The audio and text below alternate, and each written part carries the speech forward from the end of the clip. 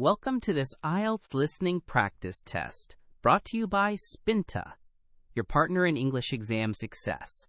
This test simulates the real IELTS listening experience with authentic question types, timing, and difficulty levels you'll encounter on exam day. You'll hear the audio only once, just like in the actual test, so stay focused and keep your pencil ready. Remember to read the questions carefully during the preparation time and transfer your answers accurately. This practice will help you build confidence, improve your listening skills, and familiarize yourself with the IELTS format. Part 1. Now look at Part 1. You will hear a conversation between a librarian and a student who wants to join the library. First, you have some time to look at questions 1 to 5.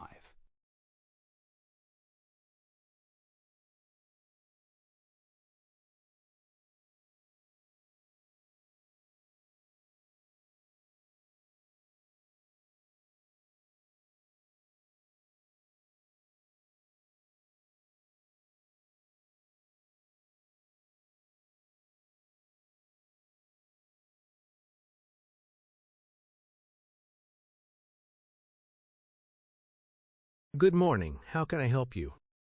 Hi. I'd like to sign up for a library membership, please. Certainly. Could I take your full name, please? It's Sarah Miller. That's Miller. Thank you, Sarah. And your address? It's 14 King Street, Nottingham. Nottingham. Okay. 14 King Street, Nottingham. And the postcode, please? It's NG1 6AL. That's NG1 6AL. Got it. And a contact phone number? My mobile is 07700900555. 077-009-00555. Excellent. And finally, your date of birth? It's the 24th of August, 1998, 1998. Right. The 24th of August, 1998. Now, you will have some time to look at questions 6 to 10. Okay. So your membership card number will be 987654. With this membership, you get full access to our extensive collection of books, as well as online journals and 24/7 digital resources, which means you can access them from anywhere, anytime. That's great. How many books can I borrow at a time? You can borrow up to 8 books simultaneously. The loan period is 3 weeks, and you can renew them online if no one else has reserved them. That's very convenient. And what are the library's opening hours? We're open from 9 a.m. to 7 p.m. on weekdays, and from 10 a.m. to 4 p.m. on Saturdays. We're closed on Sundays and public holidays. Perfect. Thank you for your help. You're welcome. Enjoy your membership.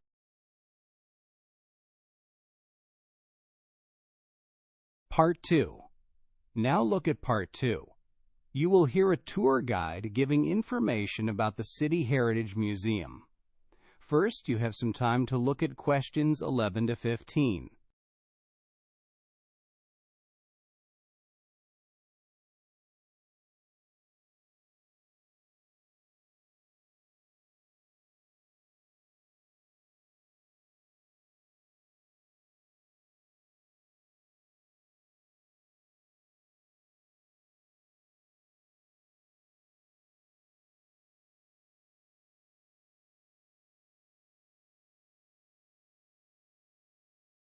Good morning, everyone, and welcome to the City Heritage Museum. My name is Eleanor, and I'll be your guide today. Before we begin our tour, let me give you a little practical information. We're located right in the heart of the city, and while you can drive here, It's honestly easiest to get here by metro, as the station is just a 2-minute walk away. Buses also stop nearby, but the metro is definitely the most convenient option. Now, the museum itself. This building dates back to the 18th century, and it was originally the city's main public library. You'll notice many fascinating architectural features as we go around. Our Grand Hall, which you'll see first, is particularly renowned for its incredible ceiling design. It's a true masterpiece of plasterwork and carving, unlike anything else in the region. Many people come specifically to admire it. Currently, we're hosting a special exhibition on modern art, featuring works from local artists, which has been very popular. Now, you will have some time to look at questions 16 to 20. We have 3 main galleries here at the museum. Gallery A, on your left, houses our permanent collection. This includes artifacts from the city's founding right up to the early 20th century, covering everything from daily life to significant historical events. Gallery B, on the right, is where we host our temporary exhibitions, like the modern art one I just mentioned. These change every 3 to 4 months, so there's always something new to see. And finally, Gallery C, further down the corridor, is dedicated to educational workshops. We run various programs here for schools and for the public, catering for all ages. Looking ahead, we're excited to announce some new developments. We have plans to open a brand new cafe on the ground floor next year, which will serve light meals and refreshments. Also, we've just launched a new membership scheme called Friends of the Museum, offering discounted entry and exclusive previews.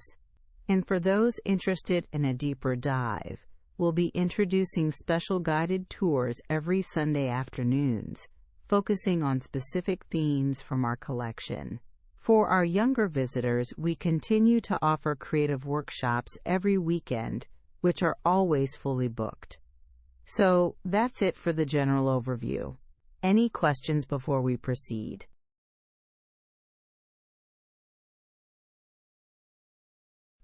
Part 3. Now look at Part 3.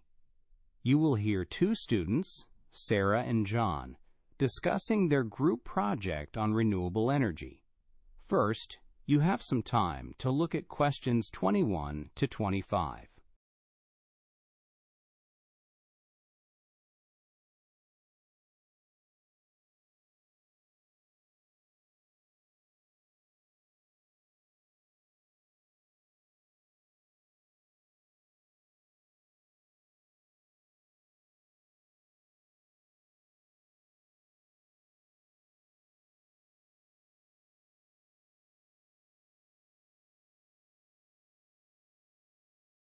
Hi John, ready to discuss the renewable energy project? I think we need to finalize our approach today.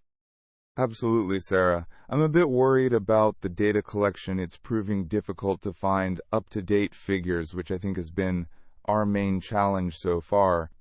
Finding suitable case studies has also been tricky, but the data is the bigger headache. I agree, but I think we've gathered enough for a solid analysis now. What do you think about focusing specifically on wind turbine technology for our report? It's a rapidly developing field and has a lot of interesting aspects. That's a good idea. We originally considered solar, but wind certainly offers more in-depth research opportunities for our project. So, for the introduction of the report, should we start with the historical context of renewable energy, or jump straight into the economic benefits of wind power? I think the professor would prefer a brief general overview of renewable energy first, then we can narrow it down to wind energy. It provides better context.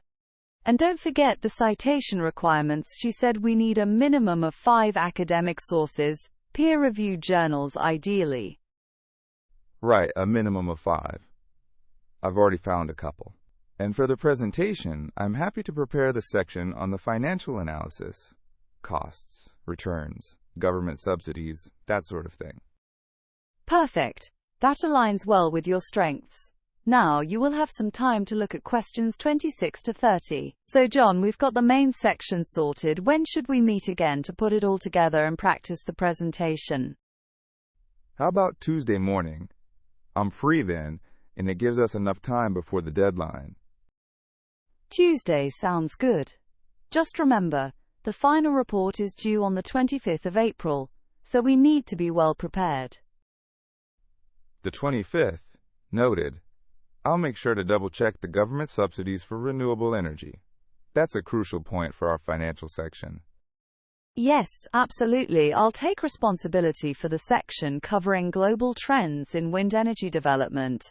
I've found some interesting statistics. Great. And let's make sure we prepare a list of all our references to include in the appendix. That's often overlooked but important for good marks. Definitely. I'll start compiling that today. Okay, I think we have a solid plan now. See you Tuesday. See you then.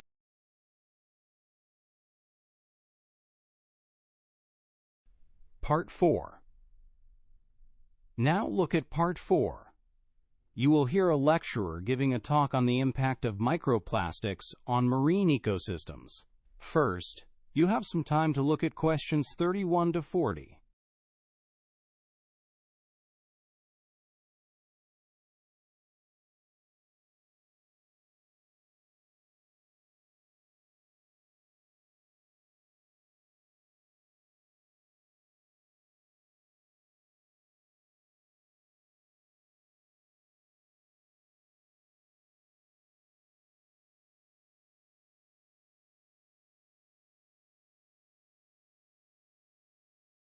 Good morning, everyone. Today we'll be discussing the pervasive issue of microplastics and their profound impact on marine ecosystems. These tiny plastic particles, typically defined as being smaller than 5 millimeters in length, are a growing environmental concern worldwide. They enter our oceans and waterways through various routes.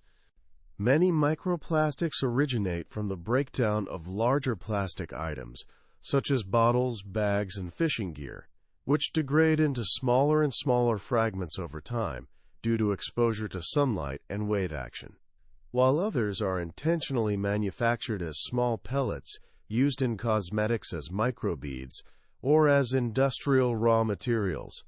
These primary microplastics are designed to be small from the outset. One of the most alarming aspects is their impact on marine life. Marine animals, from microscopic plankton to large whales, frequently mistake these fragments for food. Ingestion can lead to physical harm, such as internal injuries or blockage of the digestive tract, and can cause a false sense of fullness, leading to starvation. Furthermore, research has demonstrated that microplastics have a high affinity for absorbing toxic substances already present in the water, such as pesticides, industrial chemicals, and heavy metals. When ingested, these contaminated particles can then transfer through the food chain, potentially affecting higher trophic levels, including humans who consume seafood. A significant, yet often overlooked, source of microplastics is synthetic clothing. Washing synthetic fabrics like polyester, nylon, and acrylic releases thousands of tiny fibers, which are a type of microplastic, into the wastewater. Unfortunately, many wastewater treatment plants are not designed to capture these minute fibers effectively, allowing them to eventually end up in rivers and oceans. So what are the potential solutions to this global problem? One promising area involves the development of new biodegradable plastics that are designed to break down harmlessly in the environment, returning to their natural components without causing pollution. Another crucial strategy is improving wastewater treatment and filtration systems to capture these particles more effectively before they reach our waterways. This requires significant investment in infrastructure and technology. On an individual level, Citizens can play a vital role by reducing their overall plastic consumption, especially single-use plastics, and by actively participating in local beach and river cleanups. These efforts, though seemingly small, contribute significantly to preventing plastic from entering and accumulating in our natural environments. Looking ahead, future research needs to focus more intensively on the long-term health impacts of microplastic exposure, both on marine life and on humans, as this is still an area with many unknowns. Thank you.